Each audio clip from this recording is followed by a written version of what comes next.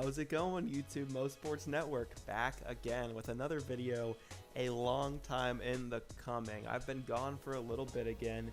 One of my classic just disappearing for like a month. I'm back again just in time for draft season. We're going to do the second mock draft of the year right now. I know a couple people have been anticipating this one a lot, so we're going to dive right into this one. So this mock draft is going to have a ton of similarities to the one I had back pre-free agency. I like to do 2 mock drafts every year just to see how looking at my process for evaluating talent starts, and then how it morphs and shifts, and how my opinions change on players through this scouting process.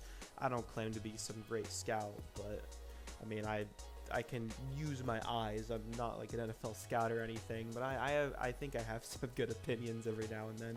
Either way, I think a lot of the picks here are going to be kind of in line with what a lot of people are wanting. Then some of them are going to go against the grain. I think a couple in particular definitely will. That's okay. It's my opinion, not yours. And it's what I think every team should do, not what I think they're going to do. And I'm going to make that clear with some of the picks. I can just ramble on and on about this little opening here. This video is already going to be super long, so we're just going to dive right into it. Waste no time. Jaguars are going to draft Trevor Lawrence first overall. This is a no-brainer pick. Absolute slam dunk for the Jaguars if they do this. Trevor Lawrence is the best quarterback I've ever evaluated. I don't know, like the Justin Fields Urban Meyer reunion, even though Fields never played with Meyer, or like some people are saying Zach Wilson's as good. Like, get out of here. Trevor Lawrence is a freaking stud. He's going first overall, no question about it. Second overall to the Jets. I was a bit unsure about this pick when I did it back in my first mock draft. Now I'm 100% sure about it, and I'm going to have them take Zach Wilson. Sticking to my guns, I think Wilson is a really good football player. He has a really, really good chance, I think, with this roster the Jets have right now, to be the first successful quarterback in New York since Mark Sanchez, because he made a couple AFC, he won some playoff games, the AFC Championship. But he's still the butt fumble, so can you even really call him a success? Whatever. They did a good job in free agency, grabbing some pieces. Corey Davis for Zach Wilson to throw to. As well, they added a couple pieces on the defense. Jets are starting to look a little better. I think you're setting Zach up for success as long as you can, like, everyone besides Becton, as long as Becton can stay healthy and the rest of the line is cohesive and at least average. I think everything's setting up for Zach to succeed in New York. I just think we have to see how he can execute. The next pick, the 49ers. We're going Justin Fields here. I have a feeling this draft is going to be really stupid, and it's because of these rumors that the Niners are locked in on either Lance or Mac Jones.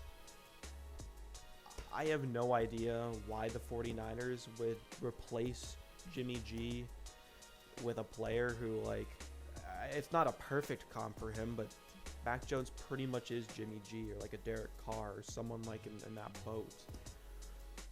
And then with the Trey Lance, like, I honestly think Trey Lance, you could argue he's a less refined Justin Fields.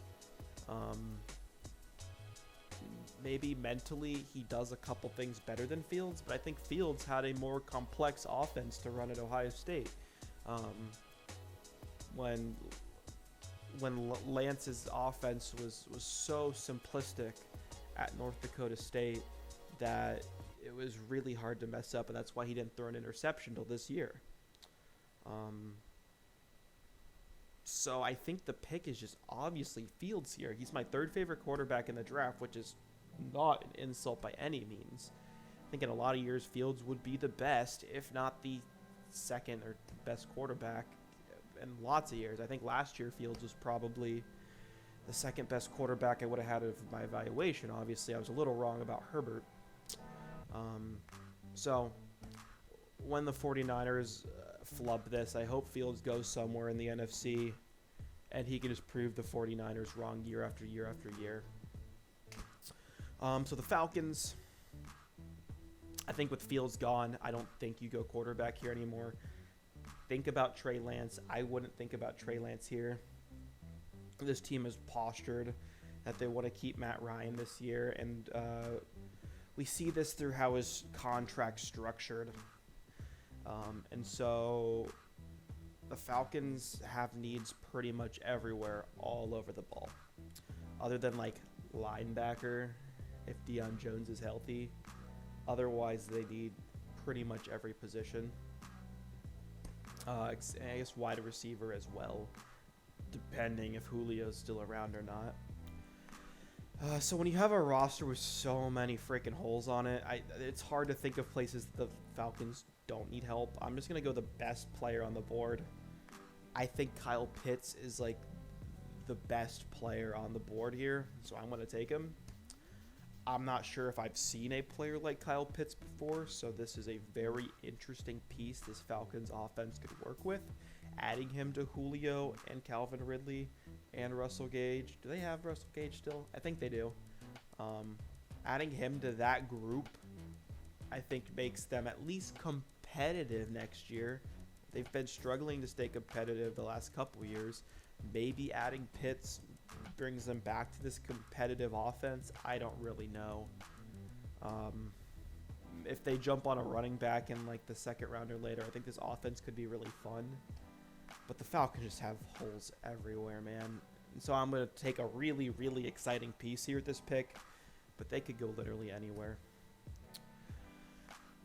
So the Bengals.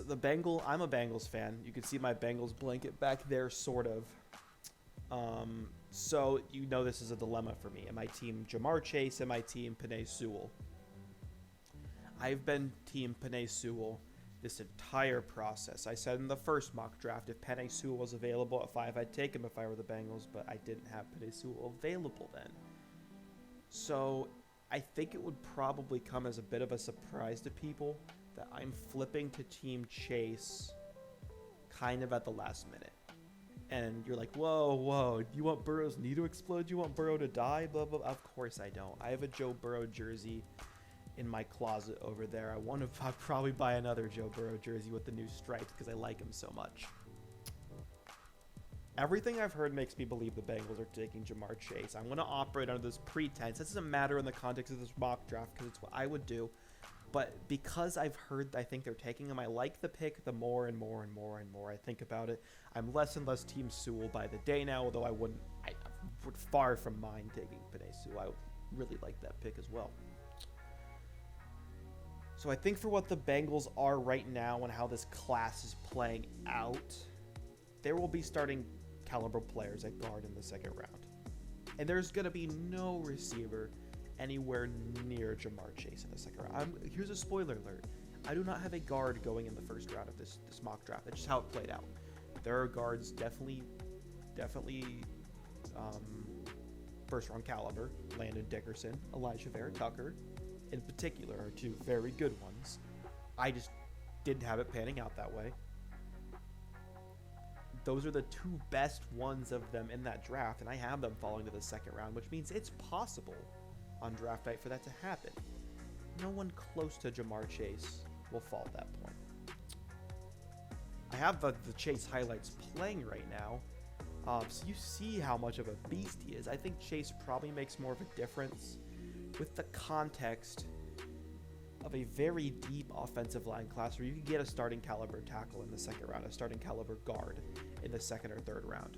If we put on our remembering, our thinking caps, I don't know. I'm having a stroke right now.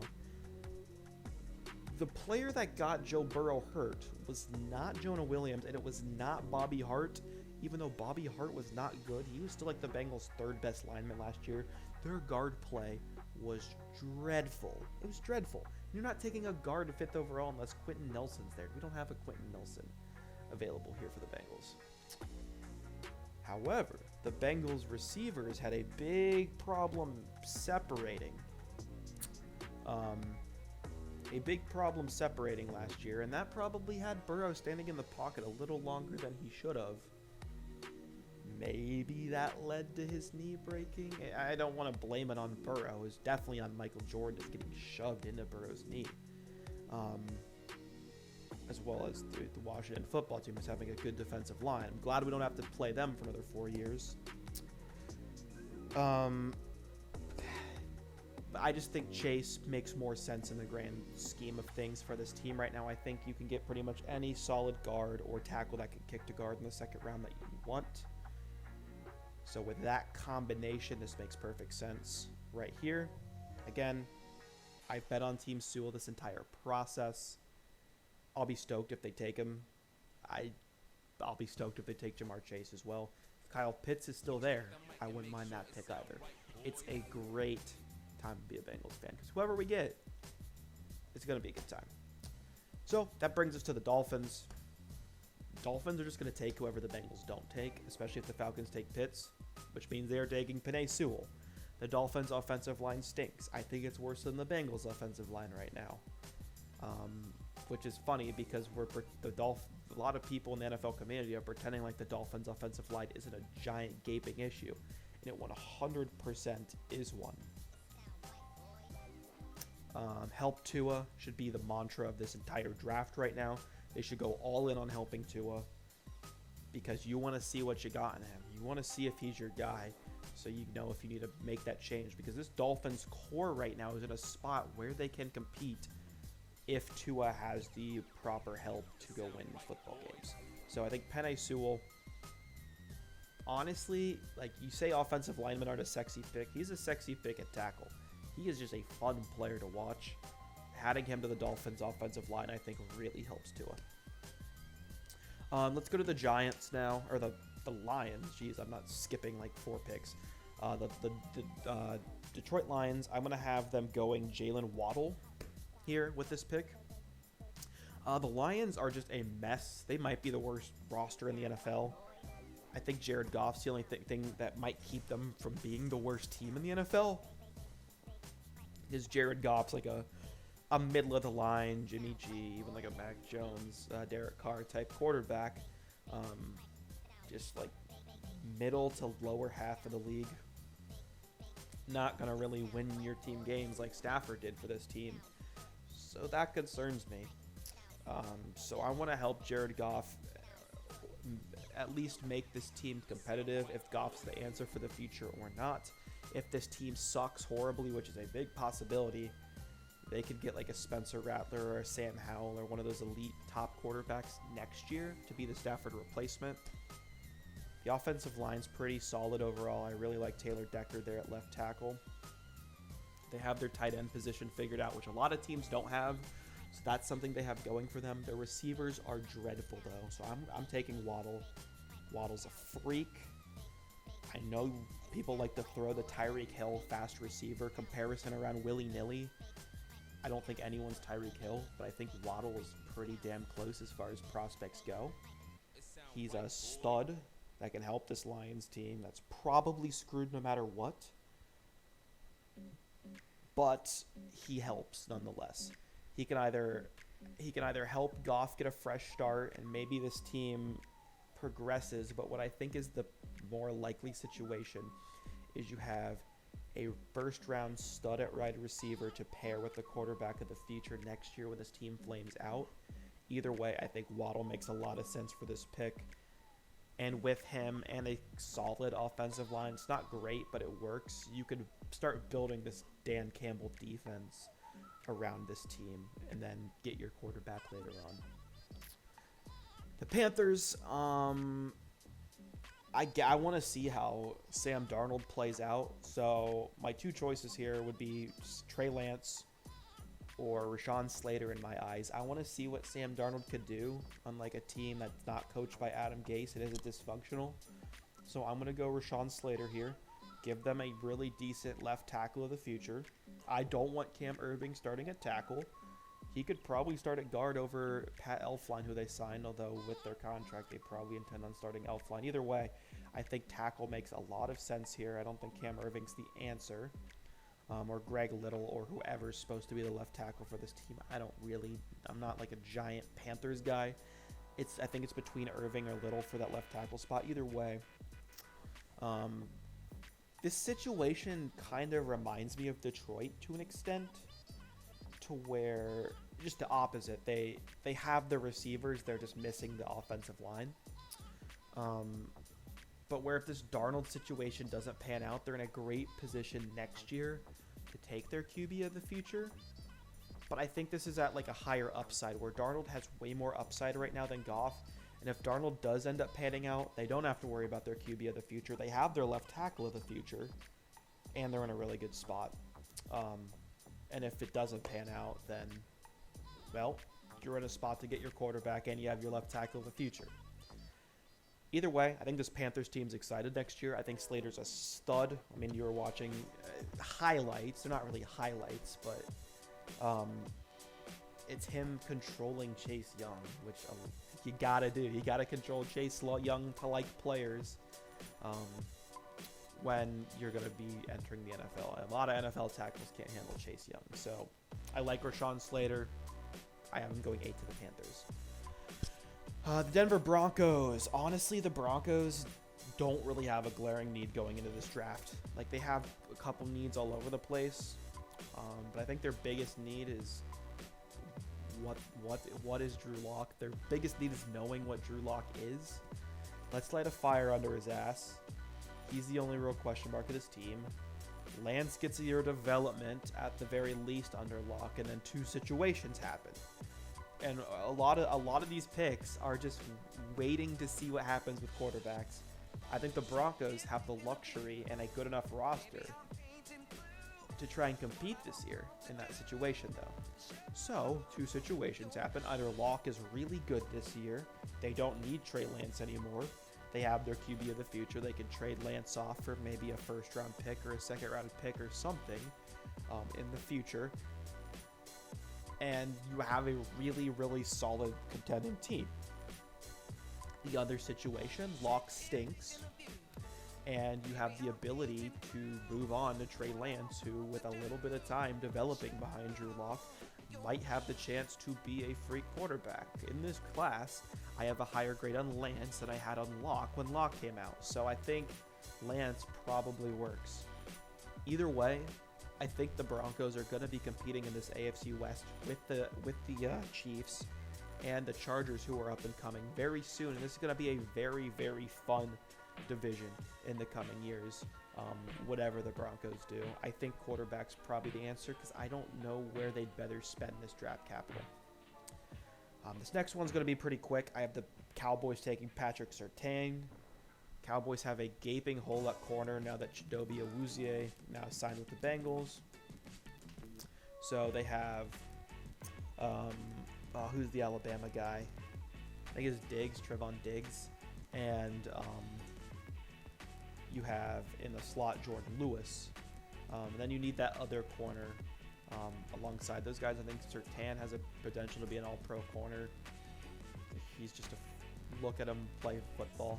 So I'm going to have Surtain going here to the Cowboys. The New York Giants now. I think the Giants, their biggest need right now is quarterback, but you're not going to give up on Danny Dimes and his impeccable touch, or whatever the fuck Giants, pardon my French, whatever Giants fans want to say that Daniel Jones is. I don't think Daniel Jones is it. But I also don't think Mac Jones is that much of an improvement from Daniel Jones. At the moment, I think he will be when it's all said and done. Mac Jones will be better. But I have Daniel Jones, or I'm not replacing Daniel Jones here. So I think their next biggest need is edge rush and linebacker.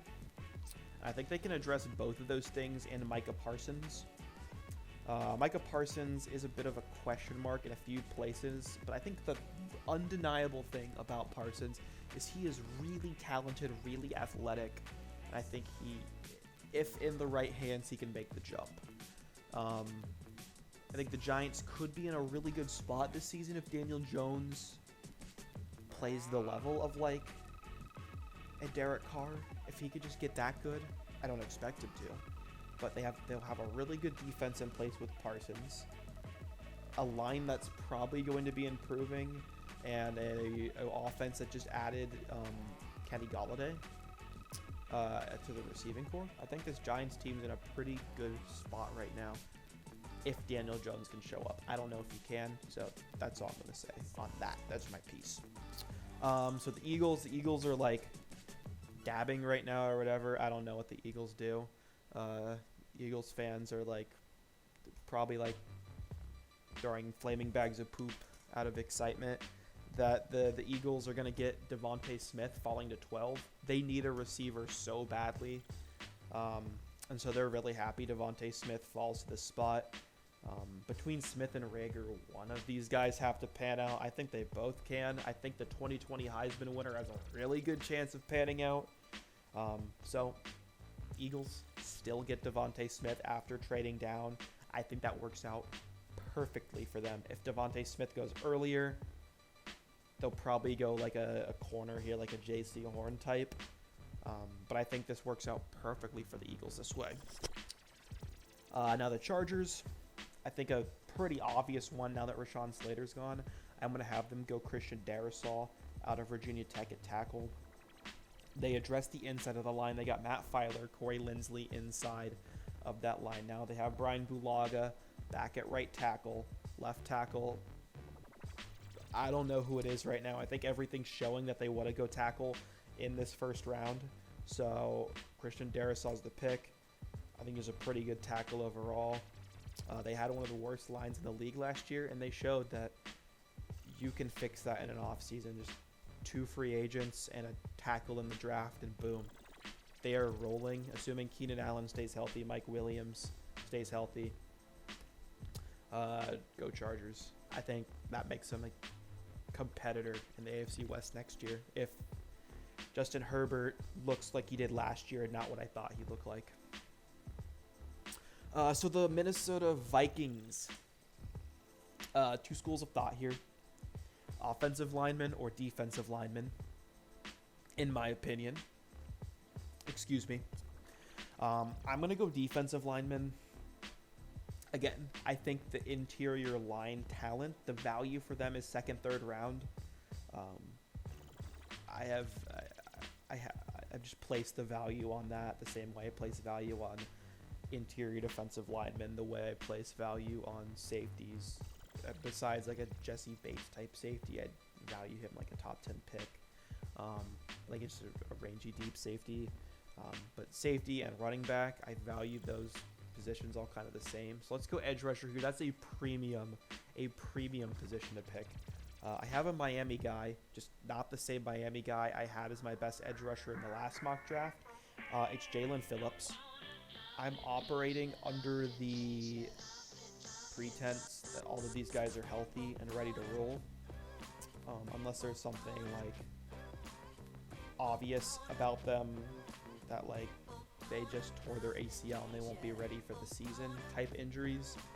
Otherwise, I'm ready to go, especially on Jalen Phillips, who played really, really well last season and didn't have to deal with those injuries like he dealt with at UCLA. I think you're rolling the dice on the edge rushers here. I think like the top 5 are all interchangeable, so whichever ones are picked, I really don't mind who gets picked out of the 5. There's no Myles Garrett, there's no Bosa brothers, there's no Chase Young in this draft. But I think Jalen Phillips on his tape is the closest thing to those guys. But if a Rousseau, if a Kwity Paye, if an Azeez Ojulari, Jason Owe, if any of those guys end up as the first edge rusher going, I won't complain. I think they all have really solid potential. And I think the Vikings, with potentially Daniel Hunter back, I think they have Michael Pierce coming back, and adding Jalen Phillips on the edge will have a really strong defensive line, a secondary that probably is only going to get better, and still a really good linebacking core. Their defense should be back to where it was with a really good offense last year. The Vikings are a team we could start talking about, especially if they address like a guard or a tackle in the second round. Patriots, I'm going to be honest, as a Cam Newton fantasy owner last year, I'm kind of out on Cam Newton because I watched a lot of Patriots games and it was just underwhelming.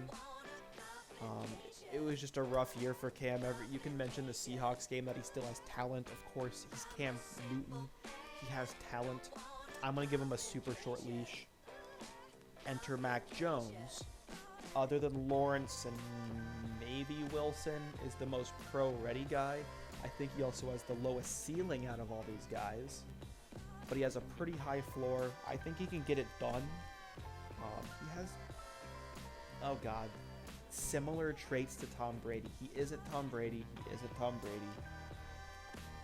But there are similarities there. Just with his processor and his decision making. Even arm talent to an extent. I think they're pretty comparable. I think this makes a lot of sense for a Patriots team that, you know, Belichick's getting older. They went all in free agency. If Newton isn't it, let's get a quarterback that has about the same level of talent as like a Derek Carr or a Jimmy G. I think that's about where Mac Jones stands. And I think if they can get that level of talent out of Jones with the team they have built right now, with a lot of guys coming back from the COVID reserve and whatnot, I think the Patriots will continue to be a playoff threat. Although the Dolphins and the Bills are still really legit in this division, this is going to be a super close league. The Cardinals picking next. I'm going to have them go J.C. Horn, quarterback out of South Carolina. Horn is a freaking stud, who I think is the best testing athletically corner in this draft, as well as the best tested corner in this draft playing the SEC. He covered Smith, he covered Waddle, he covered Chase, he covered Jefferson, he covered Elijah Moore out of Ole Miss, who just came out. Just think about all the talent around the SEC, and J.C. Horn probably covered that guy between last year and this year and whatnot. He covered Jerry Jeudy, forgot about him completely. I think with Pat Pete gone, Malcolm Butler is not the long-term answer, and he might not even be the current answer. Other than him, you have Byron Murphy, who's a slot guy, and nothing else. So I'm going to take J.C. Horn here. I think Horn is just, his relative athletic score was, I think it was the best score for a corner to come out in the last 30 years, if I'm not mistaken. He's super battle tested. So he's ready to deal with NFL wide receivers right now. So I think this pick makes a lot of sense for the Arizona Cardinals. Let's go J.C. Horn, make that defense get even stronger. The Raiders. I don't know what the Raiders are doing, man. They were like in a pretty decent spot last year, and then they just sort of got rid of their best three linemen in the free agency period. I know they didn't really want to be there from what I could tell, but you don't just let them go for cap issues. I mean, I don't think the cap was that dire with this team. So you lose Trent Brown, Rodney Hudson, and Gabe Jackson. So I guess we're trying to get back to square one with that. So I'm going to take Tevin Jenkins because he's the best tackle I have out of the guys currently available. Tevin Jenkins is a freaking stud. If you watch him play, he's violent. He's everything you want a tackle. Tevin Jenkins is a really legit football player. But I just don't understand this philosophy from the Raiders for a team that like has holes all over their defense, just gaping holes, and your offense was in like a pretty good spot, more or less. But now it's, you need a lineman. So I'm going to go Tevin Jenkins here for the Raiders, here at 17th overall. Dolphins, we're going to continue the plan that we had. I'm going to have them keep getting weapons for Tua or things to help Tua out. They have Penei Sewell, their lineman of the future. They have two studs on the outside receiving in Fuller and Devontae Parker. and then they have Mike Gesicki at tight end.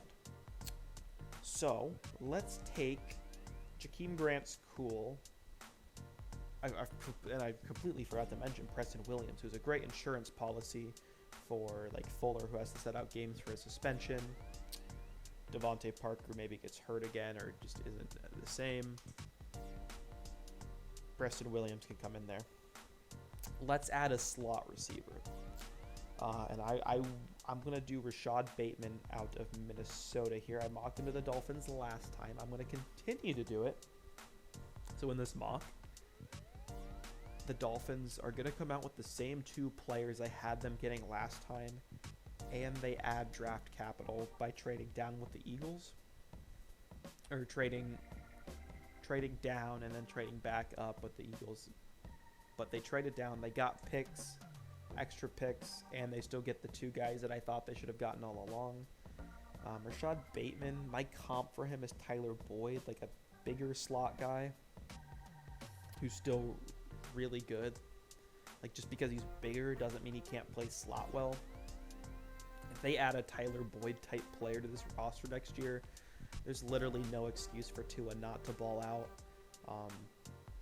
So now the Dolphins can use the rest of the draft to bolster what's an already good defense. Maybe you could draft a running back in the second round. You could afford that now. Continue to improve that offensive line. You have so many options. The options are endless for the Dolphins after this selection. So I think it's an absolute no-brainer for me. So I'm going to go Rashad Bateman at 18 for Miami. The Washington football team here. Think about offense here. I just don't like the value for lineman here. I don't like the value for receiver here. Definitely don't like the value for a tight end here. So let's make the best defense in the league next year. They have a hole at linebacker, so let's take Jeremiah Owusu-Koramoah. I actually know how to pronounce it this time. Probably the best pure linebacker in the draft. They probably already have the best defensive line in the league. They added William Jackson to a secondary that wasn't horrible, and now they add JOK to this Ron Rivera defense. Like, I know the offense needs to get better. Although I think Ryan Fitzpatrick is an upgrade over any quarterback they had last year. But with JOK added to this defense, like, look at him play. I'd be very upset if I were Eagles, Cowboys, Giants fan, etc. If this pick was made by the football team, because they would probably have the best defense in the league on paper next year. So the Bears, basically they're kind of reliant on a quarterback, but they're not really in a position to take a quarterback.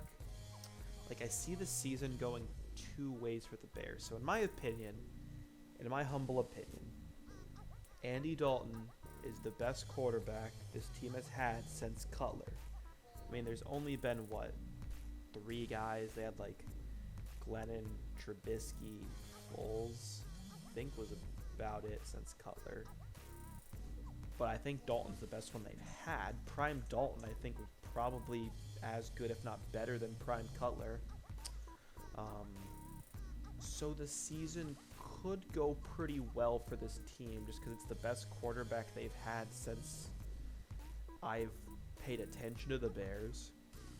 And then on the other hand, I could be completely wrong. The season could go up in flames. Dalton could suck. And they're in a position to pick Sam Howell, Spencer Rattler, Brock Purdy, one of these guys next season.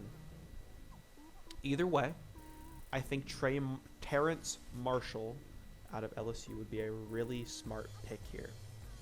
If the season goes well, if Andy plays well, Andy has a good second, third option besides Allen Robinson, and they're in a really good spot to make another playoff run. And with the defense they have in place there, you know, with Khalil Mack, Robert Quinn, Roquan Smith, a rebuilding secondary that definitely needs some help eventually, but it's still a good defense,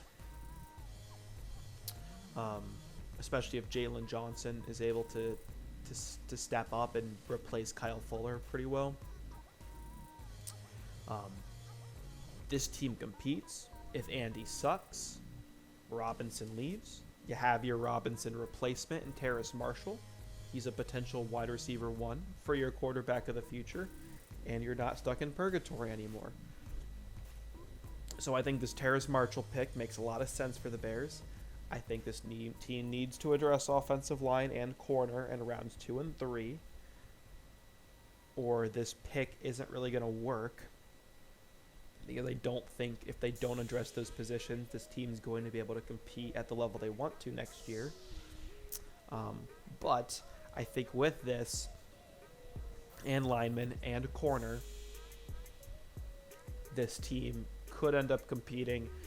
If the Packers have any regression and the Vikings don't take the jump up, I think the Bears would be the next team poised to make that jump next season.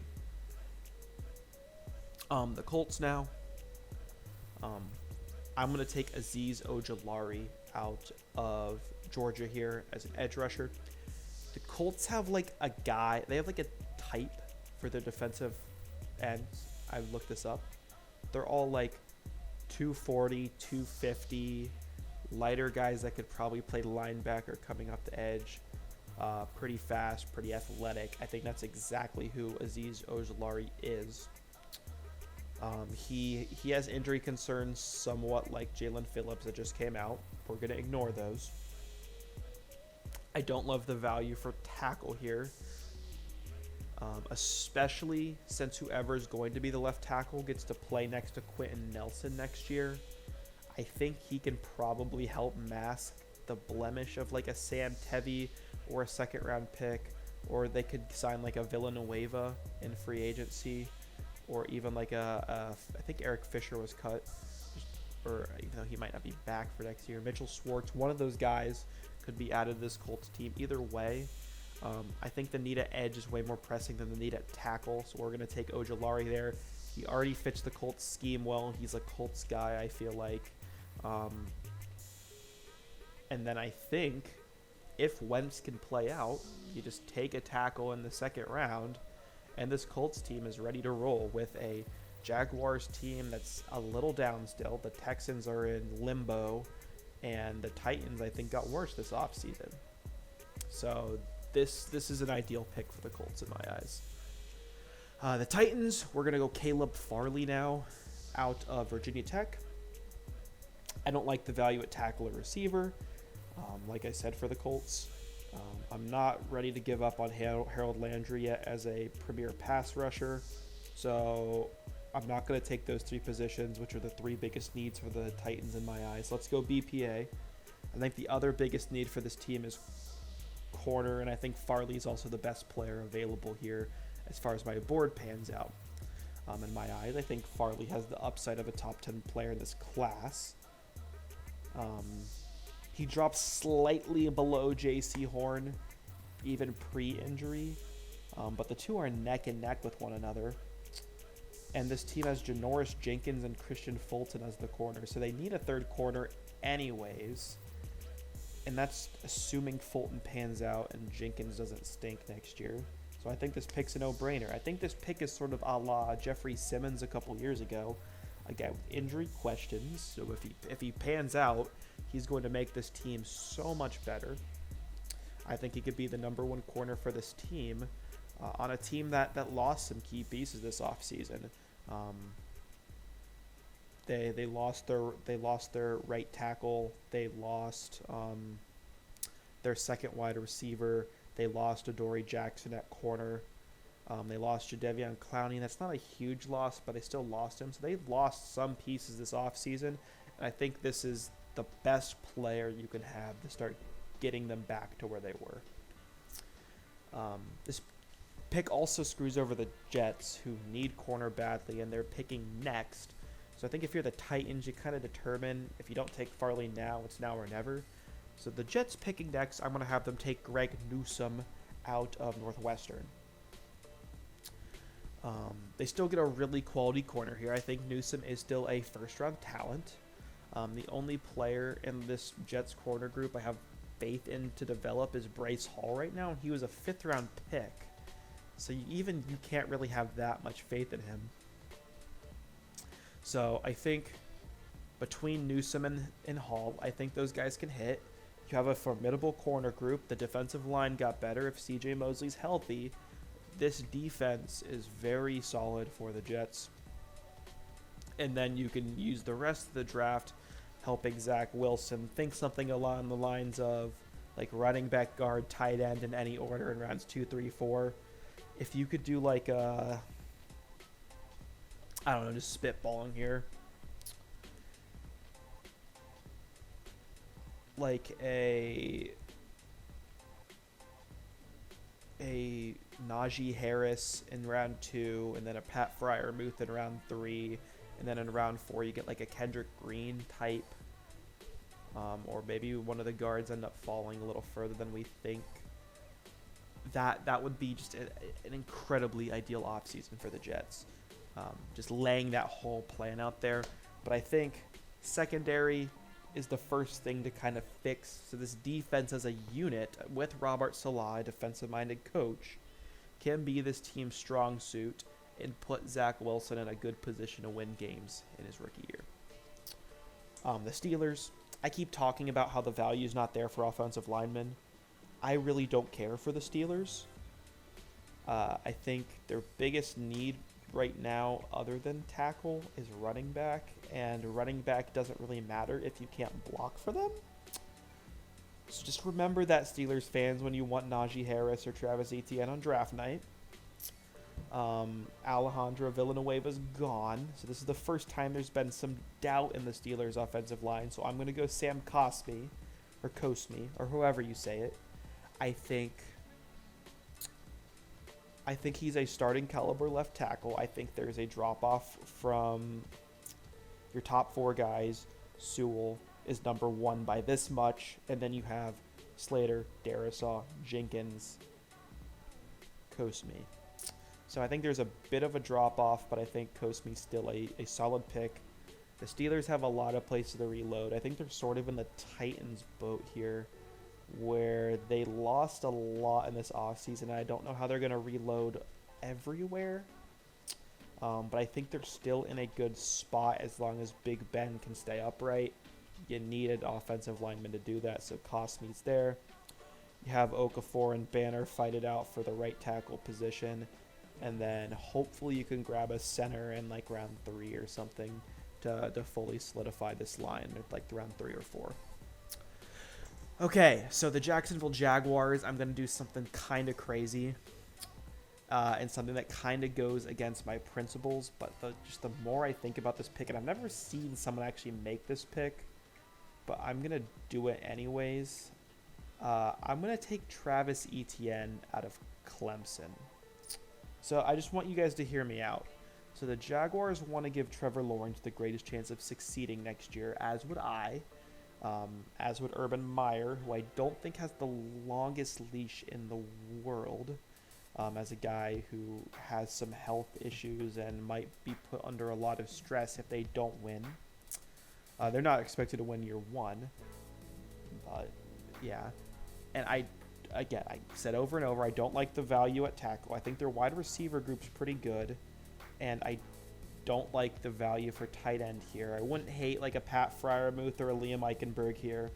But I just want to guarantee that Trevor Lawrence gets a weapon that he's comfortable with, that he can use well.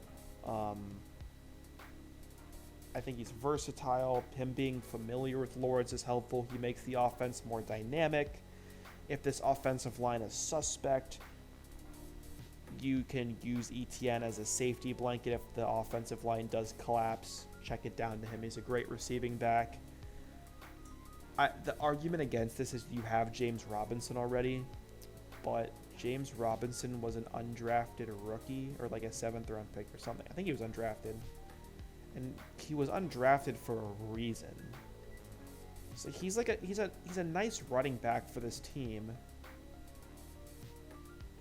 And he's still going to play. Like, running the ball is a good thing to do if you have a rookie quarterback and a rookie coach.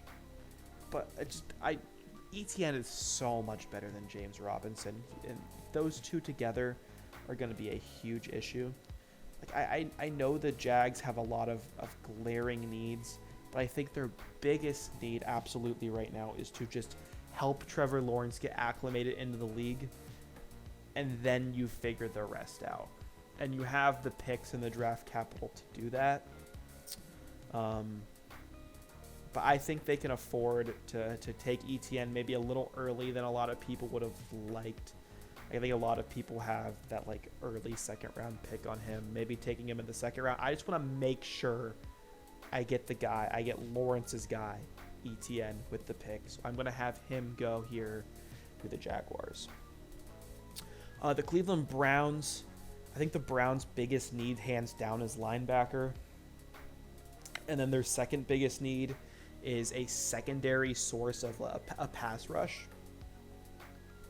Other than like Garrett and Clowney, those two guys on the edge. I think Zaven Collins can do both those things. I think he's a great linebacker. He's big, but man, can he move.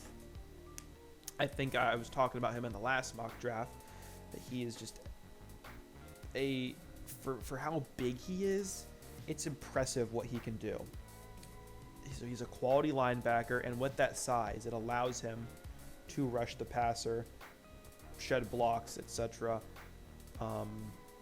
So just adding a dynamic piece like him, think slightly worse version of Micah Parsons. If the Browns can get Parsons, oh boy, it is an exciting day for them. But either way, he ticks both the boxes for a team that doesn't really have a lot of needs to me. And I think with this pick, it makes the Browns probably the favorites to win the AFC, except for Kansas City, who they're Kansas City, and they just got Orlando Brown for like a pick swap because of course they did. I guess they gave up like a third and a fourth, but they don't really need those picks because they're the Chiefs and they're ridiculous. Whatever. Still more parity than the NBA. So let's go on to the Browns division rival, the Ravens. So year in, year out, the Ravens do more with less on defense. I feel like every year they're taking like a guy on day 2 or day 3 to develop into this edge rusher, then they let him walk away in free agency. They just did it with Matt Judon. It is the most recent example, and they can do that because of the system and culture John Harbaugh has in place. So now imagine that, but the player they pick is already a stud, and that player is Kwity Paye for me. Kwity Paye is an animal, just size, physicality, the motor. He's just a beast, and the Ravens adding him to this system to rotate it with Pernell McPhee and Tyus Bowser, who both are not as good as Matt Judon. I think he would be a perfect Matt Judon replacement right here. And then we're also going to reload in another way with the next Ravens pick that we'll talk about in a bit. Kwity Paye. So for the New Orleans Saints, I had a bit trouble with this one because a lot of what the Saints are kind of depends on what Jameis Winston is. Is he the turnover machine that played for the Bucs, or is Sean Payton going to help him get his act together? I don't know. So we kind of have to see that before we can really judge the Saints. I'm going to help Winston out. I think you can think two ways here. I think this is definitely the time Elijah Vera Tucker could come off the board, but that only matters if you don't like Andres Peat. I don't think Andres Peat is a guy that just ruined your offense, especially in between Eric McCoy and Armstead at tackle. He just sits snugly right in there. He's still pretty young. I feel like receiver is much harder to come by, especially a freak like Rondale Moore, and that's who I'm going to select. I think people kind of forgot how good Rondale was, and they just kind of think, oh, he's a small, speedy guy, but he was so ridiculous for Purdue. When was that? Was that 3 years ago already? Look at Rondale Moore versus Ohio State in the game that Purdue beat Ohio State really badly, with a team that had legit like first-round corners. That team had Jeff Okudah. Oh, who else did that team still have? They had Sean Wade before he sucked. They had Kendall Sheffield, I believe, still. So that team had some NFL caliber corners on that team, and Rondale Moore just cooked it. I think a lot of people are seeing Saints regression next year because they don't know what Jameis is, and I agree. But if they get Rondale Moore, I'm not going to bet against the Saints, at least till the playoffs, because that's when they always lose. The Green Bay Packers. The Packers re-signed Kevin King. The fact they had to do that tells me the biggest need. Well, the biggest need is still receiver, but the Packers can't draft a receiver for the meme value. So the biggest need here is 100% corner in that situation. I'm going to take Asante Samuel Jr. out of Florida State. This dude is a beast. He played... I'm going to sound like a broken record here. I'm going to say what everyone else says. He plays like his father. And if the Packers are getting an Asante Samuel on their team alongside Jair Alexander, I think this works really well. I think in most classes, I think Asante Samuel would be like a top 15 pick. And he's going to 29 because it just says how deep this draft class is in so many places. So Asante Samuel fills a big need there for the Packers at receiver. I hope they get a receiver in round 2. It'd be really funny if they rolled out there with Marquez Valdes-Scantling, and Allen Lazard again next year. But I hope for their sake they don't. But I think Asante Samuel's still a really quality pick for them, and I think the value is really good there at corner as well. I'm going to have the Buffalo Bills take Christian Barmore here. I think Barmore slid enough. The Bills don't really have any real needs in my eyes. Maybe at guard, depending what you think about Cody Ford. But otherwise, I think this team is pretty need-free. Let's get a really, really good defensive tackle to put next to Ed Oliver. Those two guys with the pass rush they had last year. Assuming like Tremaine Edmonds keeps developing at a high level. I think this Bills team is going to continue to be really good. They need they need a game record to beat Kansas City. That's what they were away from winning against. I mean, the Kansas City game was never in doubt for Kansas City, but I think that just adding a game record, a new element, a luxury pick almost, is what they need to get that done. A lot of the time you say that's like a running back or receiver. The Bills really don't need that. I like Devin Singletary still. Maybe they could get like a Todd Gurley. That'd be kind of a fun pick. I think Todd Gurley's still available. Just throwing that one out there for Bills fans. But I think Barmore here could be one of those luxury picks. I haven't really talked about injuries yet. But if these Barmore injury issues that are coming out are true, you really don't think he could play this year healthily. I'll take Elijah Vera Tucker with this pick and then get Davion Nixon in the second round. I just want to bring up Davion Nixon whenever I can because I love him. And now that my Davion Nixon mention is out of the way, I'm not taking injuries into account in this mock draft. Taking Barmore here, and we move on to the Ravens pick. Talked about in the last pick, they needed to reload somewhere else. They just got rid of Judon, replacing Judon with a cheaper Kwity Paye. Let's replace Orlando Brown with a cheaper Liam Eichenberg.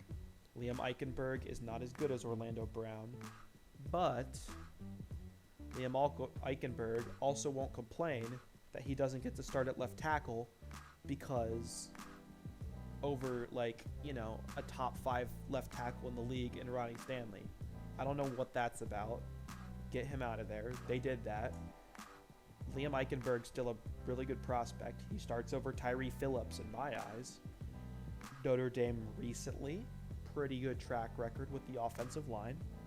Mike McGlinchey Quentin Nelson. Oh, there's another guy on the top of my head. Who is it? Oh, Notre Dame tackle. Ronnie Stanley. Oh my god. Oh my god. I'm an idiot. Oh my god. It's the dude I literally just mentioned. Jesus Christ. Oh, Ronnie Stanley's a top 5 left tackle in my opinion in the NFL. Let's add Eichenberg next to him onto this offensive line. I don't think the drop-off's going to be too huge. I think a lot of people have second-round grades on Eichenberg. I'm right between late first, early second. But with this track record Notre Dame's had recently, I have no problem with them rolling the dice on Eichenberg here. At the very least, it gives Tyree Phillips some competition, but I think Eichenberg wins that job straight up. And he does a pretty decent job replacing Brown, in my eyes, who was kind of an underwhelming prospect coming out of Oklahoma. The Ravens molded him into who he needs to be. If they can do that with Eichenberg, this is a huge success. And then finally the Bucks. The Bucks literally have no needs, so they're just not going to draft a player here. I'm kidding, obviously. They do have some small needs, but we're not going to spend a first-round pick on a receiver who may or may not leave in free agency, or backup slot corner or backup interior defensive lineman. Let's give Jason Pierre-Paul, who is aging a bit, let's give him a break every now and then. Let's give some more versatility on the inside and outside of the defensive line. Someone who can't do it all, but has the potential to. And that's Gregory Rousseau out of Miami. He was my number 1 edge. He's fallen to my number 4 edge. I understand why he's falling down boards. I'm not going to go super into it. I think I'm not going to, because part of me thinks it's prospect fatigue, but I get it. He's not super bendy. He doesn't have a lot of moves. He didn't test super athletically. I just can't get over how good he looked in his sophomore season. But there are still real flaws in Rousseau's game. I think going to Tampa, learning from JPP and Shaq Barrett as a player who, JPP and Shaq Barrett aren't going to feel intimidated by him. They're going to say coming in, look, Rousseau's not going to take your guys' job. He might take yours JPP in 2 years, but you don't have to worry about it. Just teach him for us. He learns, in my eyes. I think this is another rotational pass rusher. You can't have enough pass rushers, fresh bodies on the field. I think this continues to leave the Bucks in a position to be the Super Bowl favorites next year alongside the Chiefs and then maybe the Browns. So the rich just keep getting richer, basically. So I've rambled on for an hour now. This is a super long video. If you guys stayed the whole time and watched, thank you guys so much for watching. I'm going to include the entire mock draft now. If you just want to skip to the end and look at it, here it is on the screen.